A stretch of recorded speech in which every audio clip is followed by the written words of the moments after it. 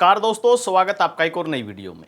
बात करेंगे group D new भर्ती 8000 पदों पर होगी या नहीं होगी, क्या सीईटी के माध्यम से भर्ती की जा सकती है, किसको इसका फायदा होगा, किसको नुकसान होगा, कंप्लीट जानकारी आपको वीडियो में मिलेगी और कंप्लीट जो है डिस्कशन इस पर करेंगे। तो सबसे पहले बात कर लेते हैं, जो मामला गरमाया हुआ है वो गरमाया हुआ है 8000 पोस्टों का। ठीक है,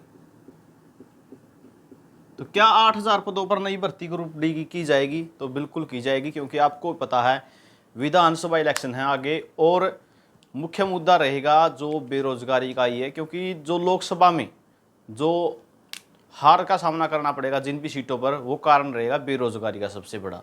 और युवा इतना परेशान है कि 5 साल से जो भर्तियां नहीं हुई हैं वो अब इनको 95 दिन के अंदर करनी होंगी, जितनी भी भर्तियां करनी है। ठीक है, तो 8000 पोस्टों पे बिल्कुल नई भर्ती की जाएगी, लेकिन मुख्य मुद्दा रहेगा कि क्या सीईटी जो लिया है ग्रुप डी का 2023 के अंदर, क्या इसके द्वारा ये पद भरे जाएंगे?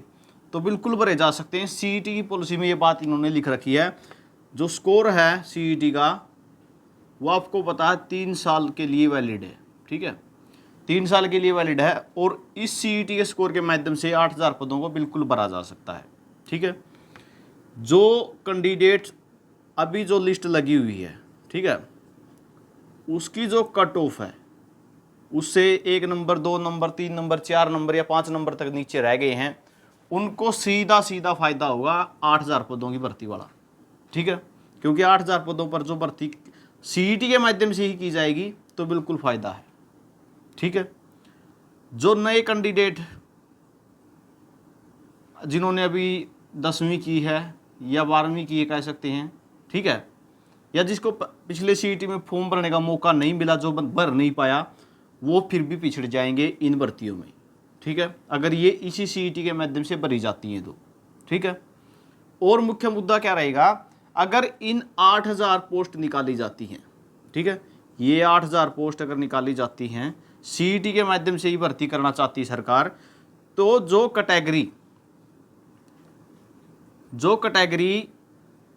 की कट ऑफ डाउन आ चुकी है वहाँ पे कैंडिडेट ही नहीं है। कहने का मतलब क्या है, अगर एक छोटा सा एग्जांपल आपको दूं तो यहाँ से समझ सकते हो, 8000 सीटें ग्रुप डी की भर्ती करने की बातें चल रही हैं, 10% कोटा खेल कोटे का भी आपको पता हो 800 सीटें बनेंगी। ठीक है, कट ऑफ पहले ही उनकी 38 पे आई हुई है, जैसे 38 पे है SC की, BCA, BCB। ठीक है, इनकी 38 39 पे इस तरीके से आई हुई है। यहाँ पे कैंडिडेट ही नहीं अवेलेबल हैं, तो ये सीटें तो वैसे की वैसे खाली जाएंगी सभी, और ना ही नए कैंडिडेटों को मौका मिलेगा। सिंपल बात है, 38 से नीचे ले नहीं सकते। क्यों? क्योंकि क्वालिफाई तो ज़रूरी है, और इनकी जब कट ऑफ पहले ही 38 पे आई हुई है इसी 13657 की भर्ती के कारण, तो जो ये सीटें आएंगी 800, इस कट ऑफ से नीचे कैसे भर देंगे? ठीक है, इनके तो जो खेल कोटे के बच्चों की बात कर रहा हूँ, EWS को छोड़ के बाकी कैटेगरियों के लिए, तो जो स्पोर्ट्स कोटे से हैं उसकी बात कर रहा हूँ, बाकी कैटेगरियों के तो वेटिंग लिस्ट में भी सीटें खाली जाएंगी। जो वेटिंग लिस्ट में कैंडिडेट लगाने हैं वहाँ भी कैंडिडेट अवेलेबल नहीं मिलेंगे। और आप बात कर रहे हैं 8000 नए पदों की, तो यहाँ पे 800 पद खेल कोटे के बनेंगे, ना तो नए कैंडिडेट को मौका मिलने लग रहा। ठीक है, क्योंकि नया सीईटी आप लेने की बात नहीं कर रहे, और अगर नया सीईटी नहीं लोगे तो ये 800 की 800 सीटें फिर खेल कोटे वाली खाली की खाली जाएंगी।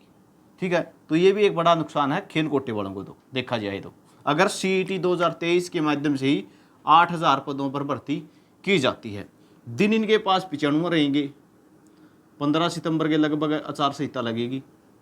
ठीक है, 95 दिन रहेंगे।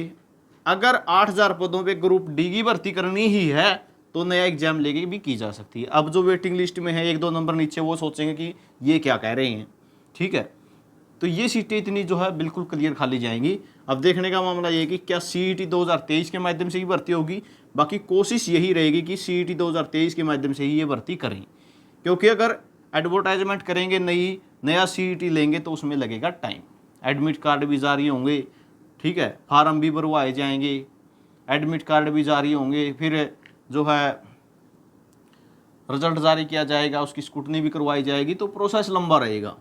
तो वो जो ग्रुप डी की 8,000 पदों की बात है वो CET 2023 के माध्यम से ही सिरे चढ़ाई जा सकती है, लेकिन उनमें आपको क्लियर दिखाई दे रहा होगा जो खेल कोटे वाले कैंडिडेट हैं या एक्स सर्विसमैन कोटे के जो कैंडिडेट हैं जिनकी कट ऑफ 38 पे ही पहले ही अभी लगी हुई है 38 पे, तो वहाँ पे नए कैंडिडेटों को मौका बिल्कुल भी नहीं मिलेगा।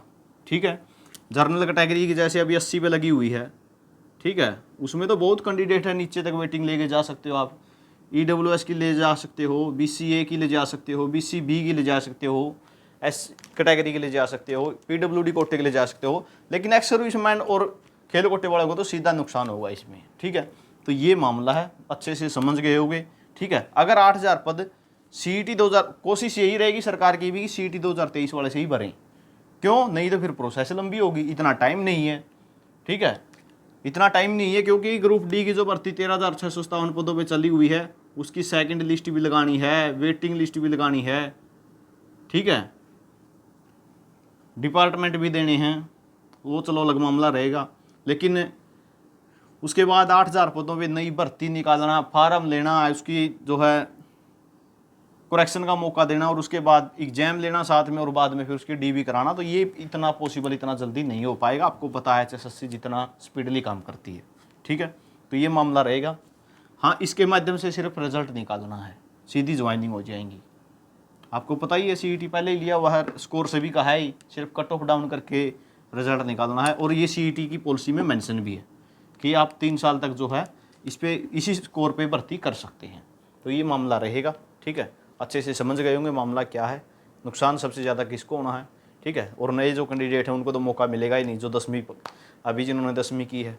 ठीक है, तो ये जानकारी रहेगी। वीडियो कैसी रही कमेंट करके ज़रूर बताना।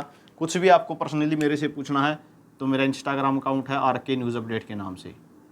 ठीक है, वहाँ पे आप मेरे को मैसेज कर सकते हो। ठीक है, वीडियो आपने देखा इसके लिए बहुत बहुत धन्यवाद।